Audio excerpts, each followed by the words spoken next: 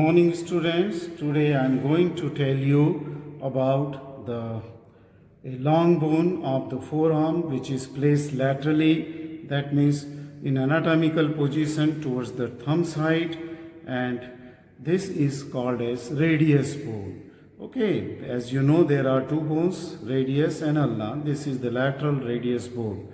Now first we have to determine its side, to which side this radius belong, whether right side or to the left side, and then we will just determine its anatomical position. So first the side determination, we will have to see some bony feature.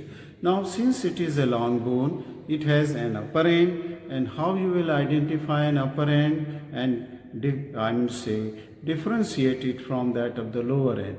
The reason is that upper end is disc shaped. It shows slight concavity on the top of the disc, and then it has a circumference which is articular in nature. Deep to the, just distal to that of this disc, there is a nape, and then there is a prominence, bony prominence, what is called as the radial tuberosity. Okay, so three different points you should note on for the upper end. If you will go to the lower end here, then you will see that the lower end is quite expanded, and it presents surfaces like anterior surface, the posterior surface which is rough, then the medial surface which will show you a notch, articular notch, what is called as the ulnar notch of the radius, and then on to the lateral side you will see a bony projection, what is called as the styloid process. There is an inferior surface also. Now if you will see the shaft here, then you will see that shaft is convex or towards the gradual convexity is seen in the shaft, and it is towards the lateral side. But on the opposite direction, side here, you will see a border extending from the radial tuberosity down below up to the ulnar notch here onto this bone, and then this is a sharp border which is called as medial border or the interosseous border. But for side determination, one thing which should be kept in mind, that if you see the lower end, on the posterior surface of lower end you will see a tubercle here, okay, and this is quite rough surface showing you the groove and tubercles, and this is called as the dorsal tubercle. That you should keep it in mind.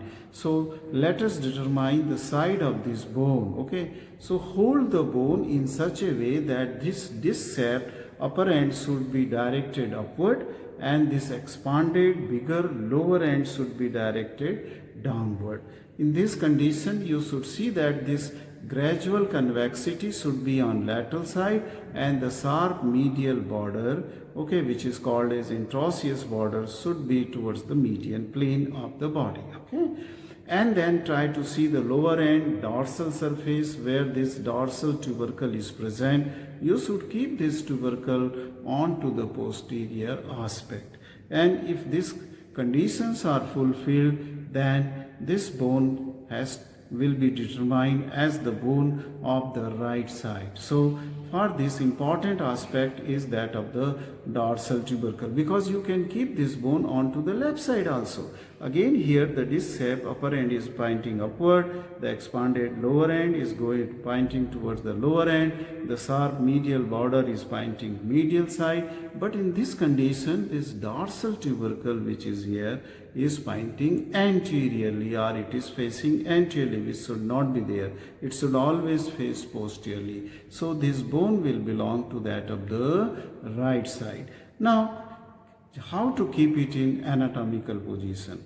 So we will keep it in anatomical position in such a way that the upper end is directed upward, lower end is directed downward, okay, and this is just a vertical disposition. Okay, if you will keep it vertically, okay, in the holding the bone as it belongs to that side. Say I am holding the bone of the right side with the right hand, so this will be the anatomical position. Okay, now this completes the side determination and anatomical position of this long bone, the radius. In the next video I will tell you about the various muscular attachment attachment of the ligaments. Okay, thank you very